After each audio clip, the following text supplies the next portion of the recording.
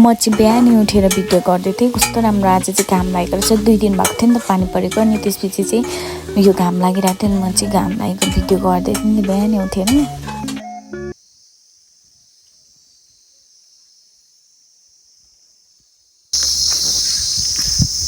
म चाहिँ यहाँनिर अम्बक टिप्न जाँदैछु नि त। त्यहाँ अम्बक छ क्या हाम्रो। आज चाहिँ घाम लागेको छ। अन्त तिमीले जान सजिलो हुन्छ। हिजो चाहिँ पानी परेर बोटमा चढ्न सकिँदैन थियो क्या। बोट चाहिँ त्यस्तो ठुलो छैन तर पनि अब चिप्लो भएपछि पानीहरूमा त अब टिपेर खानु मिलेन नि त।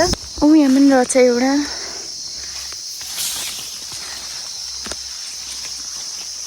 कस्तो मिठो खालको छ क्या यो अम्बक। सानो सानो भयो भने चिटक चटक परेको क्या। मिठो हुन्छ। यसको चाहिँ बोक्राहरू पनि पुरा मिठो छ। मैले चाहिँ यहाँ पनि भरेको छ, यहाँ पनि भरेको छ। अब यो चाहिँ माथि लगेर म दिदीसँग खान्छु क्या।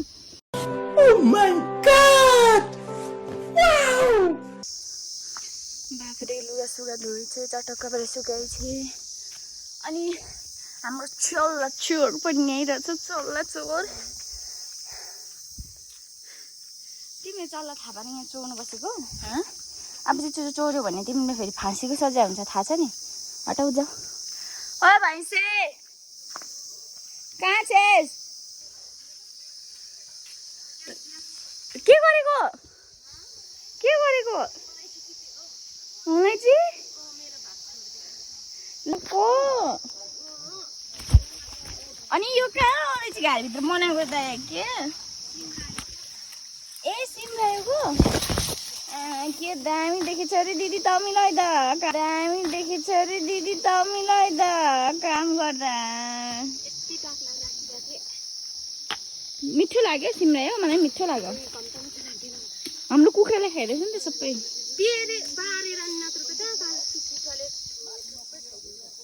हामीले त सुन लाउने भन्दै थियो। हाल्नु भन्दै थियो त। ऋतुलाई साथी लिएर जाने सुन लाउने भन्दै थिएछ अरे। अनि के लाउने विचार गरिस् है?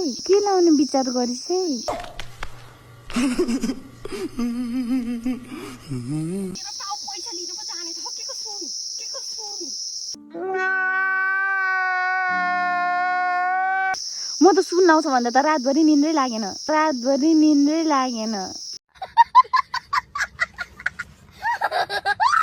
म त मम्मीले अनि सुन लाउँछ त्यसले भने म त 1.5 लाखको सुन आम्मामा कत्रो लाउने म त हात तेरा रिङडै चल्यो ल।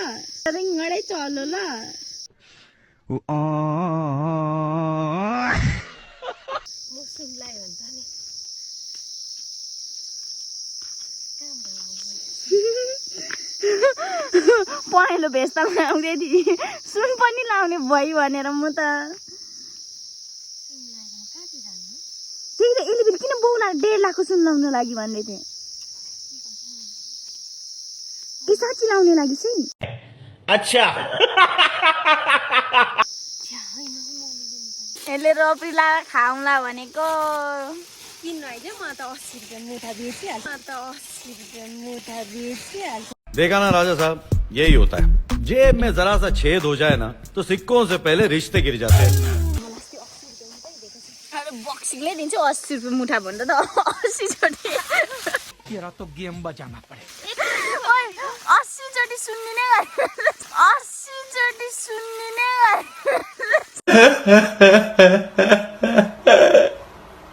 जानी त 80 रुपियाँ। 80 रुपियाँ मारेर राम हेरौँ न 80 रुपियाँ। क्या दामी पोजमा बसिस् यार। कसम दामी आयो फोटो। साला 80 रुपियाँ दिएर नि साला घरमा किनेर खान्छ। बक्सिङले दिन्छ अन्त घर बाहिर भएन नि त। यो दुःख गर्नु पर्यो साला। यो दुःख हो जो पलापुलुत सर्केर हात बटाइदिउँ न भने यसले 80 रुपियाँ गोटाले खुवानुलाई भने त यसो हात बटाएको जस्तो गर्नु पर्यो म पनि।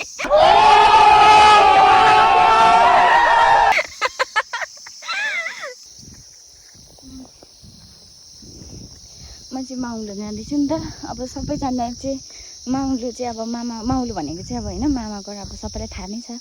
सबैजना चाहिँ अब गाडीमा जान्छ, कसै बाइकमा जान्छ होइन। अब कसै फ्लाइटमा जान्छ होला। म चाहिँ यसरी जान्छु।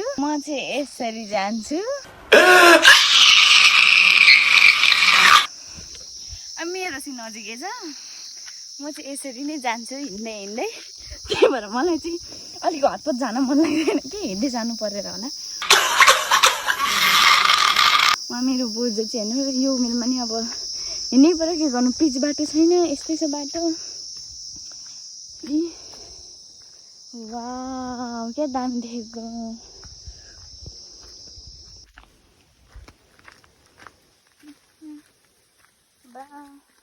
पुरो लागेर पर्पाखा धुनेर सामान घरसम्म पुग्दा चाहिँ कति अप्ठ्यारो बाटो छ क्या त्यही भएर मलाई चाहिँ हतपत आउनु मन लाग्दैन बोजू चाहिँ आउनु भएको थियो नि त हाम्रो घर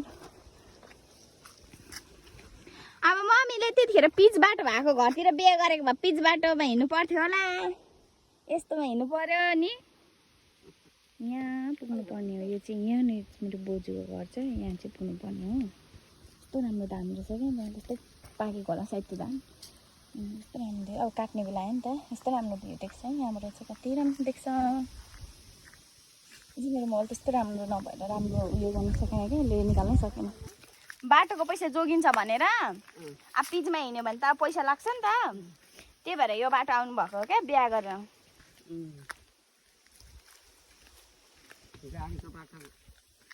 अनि तपाईँले किन पिच बाटो भएको केटा नखोजिदिनु भएको त मम्मीलाई पिच बाटो भएको केटा किन नखोजिदिनु भएको अनि कहाँ खोज्नु त अनि मैले खोज्दिएर हुन्छ र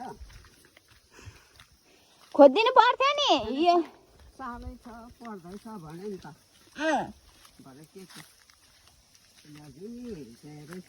हाम्रो बाबालाई त्यही भएर त माउनु जाउँ भने हिँड्दै जानुपर्छ मलाई लिनु जानु पनि पर्दैन पुऱ्याउनु जानु पनि पर्दैन गाडीमा गइहाल्छ गाडीमा आइहाल्छ कति अप्ठ्यारो बाटो छ कस्तो राम्रो फुल फुलेछ यहाँ हो त्यो कानको चाहिँ कतिमा किन्नु भएको सोच्दै थियो त्यतिखेर अब अहिले त कति पनि छैन होला नि त्यतिखेर अब 2500मा लिएको नि हो त्यो कानको 2500मा एक जोडी लिएको तिनानी जम्मा यो तिनानी भनेर 2500मा किनेको अहिले धेर्दैन नि फेरि यो नाककोमा त अलिक धेरै थियो नि सुन थिएन यसमा झन् त उहिले त अब दुवानीको बनाएको उहिले कुना जुकमा उहिले त नाक नछाड्दाखेरि पानी खाँदैन भने यत्रो माछा माग्दै रुवाउँदै छोडिदिन्थ्यो नि त त्यतिखेर दुवानीको भन्थ्यो बोजूले बनाइदिएको त्यो लाउँदा 3 लाख थियो कि 2 लाख कति थियो खिएर अनि त्यहाँ चाहिँ कति धेरै सुन्तला फलेको थियो नि त मामा घरमा अनि मैले चाहिँ पाकेको सुन्तला चाहिँ बल्ल बस्दा गरेर आयो